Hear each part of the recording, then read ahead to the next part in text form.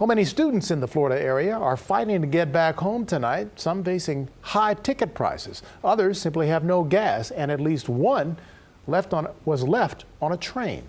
News 12 New Jersey's Nadia Ramdass explains. This is where Claire Connolly's trip should have ended, here at the Middletown train station. Instead, she found herself nearly 50 miles away in a rail yard, terrified and all alone. All the lights were on, but there was no one there, and I just started panicking. It's been a frightening and exhausting 48 hours for Claire Connolly.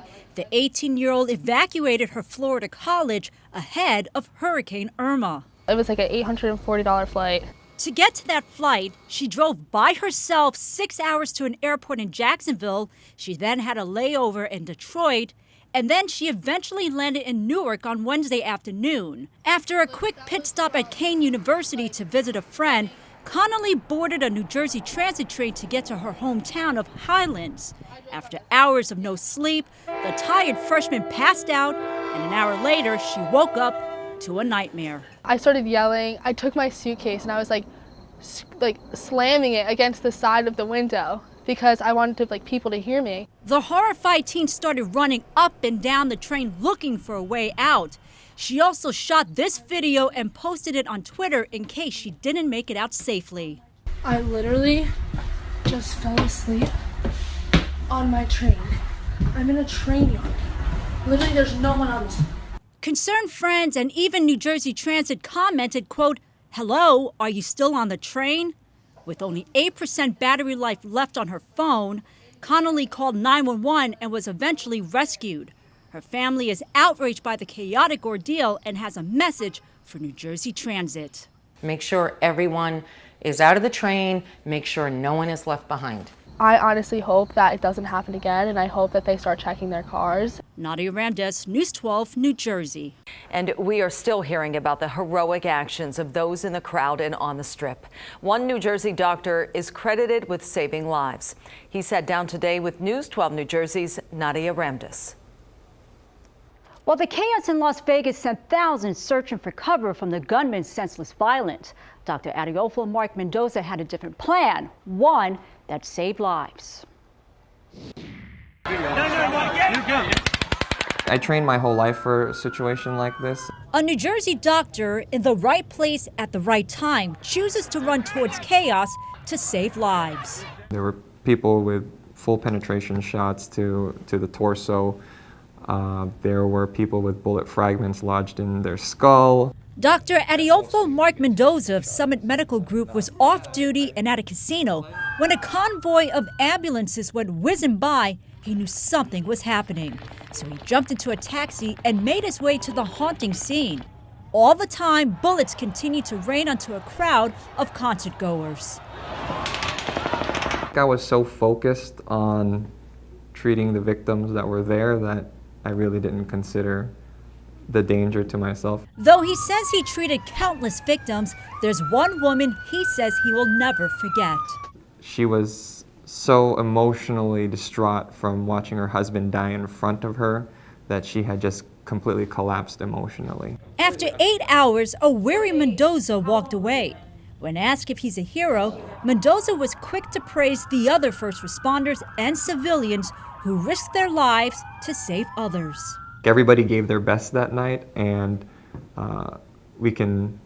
that's reflected on the number of people that made it to the hospital in time. I think that a lot of more lives could have been lost that night. Very courageous. Well, while Dr. Mendoza was at the incident site, he posted a message on Facebook letting his family know he was okay right before his phone died. Turns out his family was proud, yet upset he risked his life. Mendoza says he has no regrets. Nadia Ramdass, News 12, New Jersey. Certainly a hero. Thank you so much, Nadia. A waitress in Middlesex County didn't win the lottery, but she did hit the jackpot after a couple left her a generous tip and an inspirational message. News 12 New Jersey's Nadia Ramdass has the story. Waiting tables isn't easy. It's often long hours, low pay, and sometimes cranky customers. But for Brianna Siegel, a server at Bar Louie in Woodbridge Township, she's always upbeat. I've been in the food industry all my life. Honestly, that's my favorite thing to do. Her friendly demeanor didn't go unnoticed Tuesday evening when she served a couple, one she's never served before. And I was talking to them, and they were really nice people to me. We were laughing. After a good meal and even better conversation, the couple paid their $20 tab and then handed Siegel an envelope as they were leaving and told her not to open it until she got home. Siegel then placed the envelope in her apron and kept working. When she finally opened it at home, she nearly fell to her knees. And I looked and I saw a check written out to my name with $1,200. I just keep asking myself, why me? That's right, a $1,200 tip for a $20 tab. The restaurant's general manager says it couldn't have happened to a better person. She's always willing to come in, always willing to help out. Yeah, so she's a great worker for us, yeah. In addition to the generous tip, the couple also left behind a moving and uplifting note for Brianna.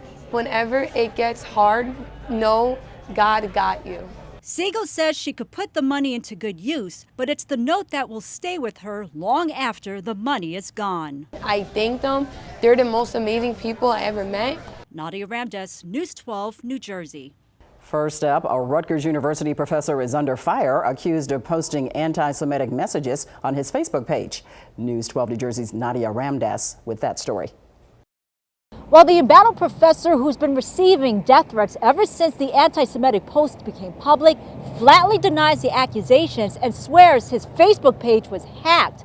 But not everyone is buying it. Very surprising and upsetting. This tenured Rutgers professor is under fire and under investigation for what some have categorized as hate-filled rhetoric and images posted on his personal Facebook page. Students are shocked. I mean, you are entitled to post whatever you want, but it's also he has to make a decision of his stature and if he has people looking at it. Michael Chikaitis, a microbiology professor in the food science department and director of the Rutgers Center for Digestive Health, is accused of posting anti-Israel and anti-Jewish rants on his Facebook page over several months. In some cases stating the Armenian genocide was orchestrated by Jews. Another post depicts Jews in cartoons, insinuating they are in control of the Federal Reserve, the legal system, the media, and sex trafficking. In a statement to News 12 New Jersey, Chikaitis, who's been receiving death threats, denies the accusations, stating his Facebook page was hacked. He says he was hacked. I'm not sure what else he could say, but there are screen captures from Facebook, and it seems pretty evident that he posted them. Andrew Getreyer is the director of Rutgers Hello, the campus Jewish organization. I'm not the judge and jury here. The university is doing its own investigation, and they'll determine if he's telling the truth or not. And a petition is being circulated by students calling on the university to take swift and necessary action to suspend the professor, pending further investigation. In New Brunswick, Nadia Ramdass, News 12, New Jersey. Rutgers University officials disavowed the comments and said the professor is being investigated for allegedly violating the university's anti-discrimination policies.